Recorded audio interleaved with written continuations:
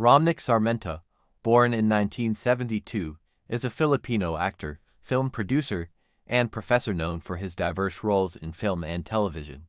He began his career as a child actor and has won several awards, including Best Actor at the Asian Television Award and Summer Metro Manila Film Festival. Sarmenta is previously married to actress Harleen Bautista.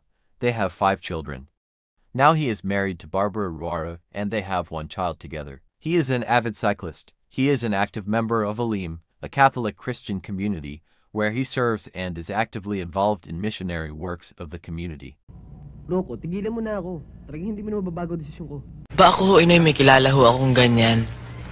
Pero ang ninanakaw, sa panahon naman na to, dapat naman talaga lahat ng tao nag-iingat eh. Ano nga pala ang pangalan mo? Ako nga pala si Boyet. Hindi naman ikaw eh. Siya tinatanong ko. Ako si Rolly. Ako si Toya. Yung yapak ay naitindig na ng hangin bago daanan ng mga dayuhan.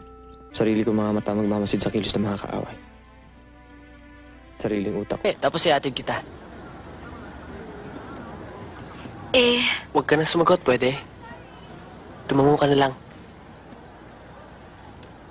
Sige na. Hindi ako naghihilig. Anong hindi naghihilik? Ang lakas-lakas. Dinig na dinig kita. Baka naman ikaw.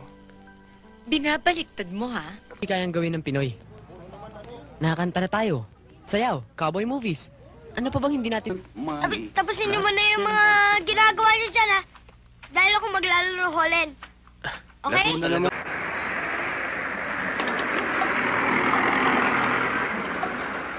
Ikaw ang mahusay kumanta. Hindi ba alam ng inay mo? Naku, hindi naman totoo yan, ano? At kung totoo man yun, ayoko nang meron.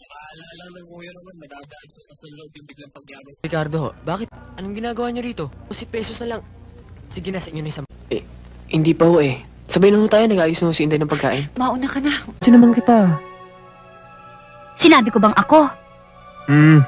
Sige na. Hindi na. Ganito ba? Bitiwan mo nga ako. Wisit. Sandali naman, Ronnie, oh. Sandali lang, oh. Ano naman? Hindi, mag-usap tayo sandali sa loob. Oh, Sige, pangako. ko, pero walang kalokohan, ha? Oo, serious ako. Okay. Sige. Tulungan mo ako dun. Akong bahala dyan. Ha? Hindi. Kasi ano? Kasi babae. Ay, ibig sabihin, ang ganda kasi ng babae nakita ko eh. Ikaw ba si Jinky? Pero, Hindi mo naman maalis sa akin nun, Elsa eh. Gusto kita. Simula pa lang nung maliliit tayo. Pero ngayon, habang tumatagal, lalong dumadami yung mga problema natin. Lumalaki agad natin sa buhay. Ikaw, patasang-patasang kalagayan. Ako, naawa lang ko kasi ako sa buhay ko eh. Parang isda. Ano? Kung hindi pa palalamunin ng amo, hindi mabubuhay.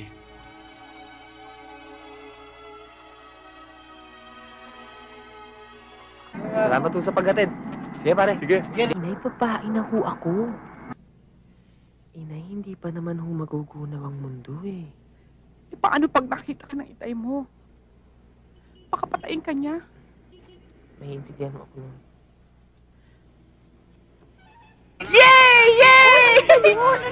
Ang galing, mami, no? Bakit? Ako kaya kailan ako papakasal?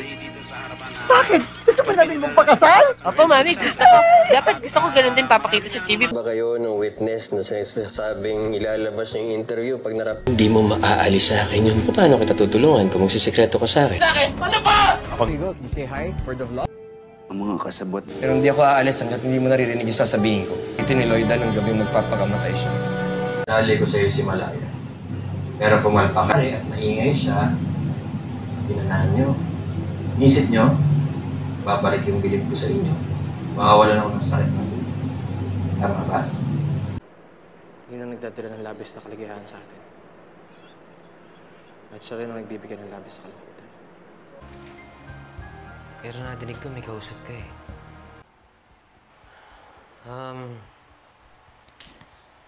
Babakasyon tayo sa mga lolo't lola mo.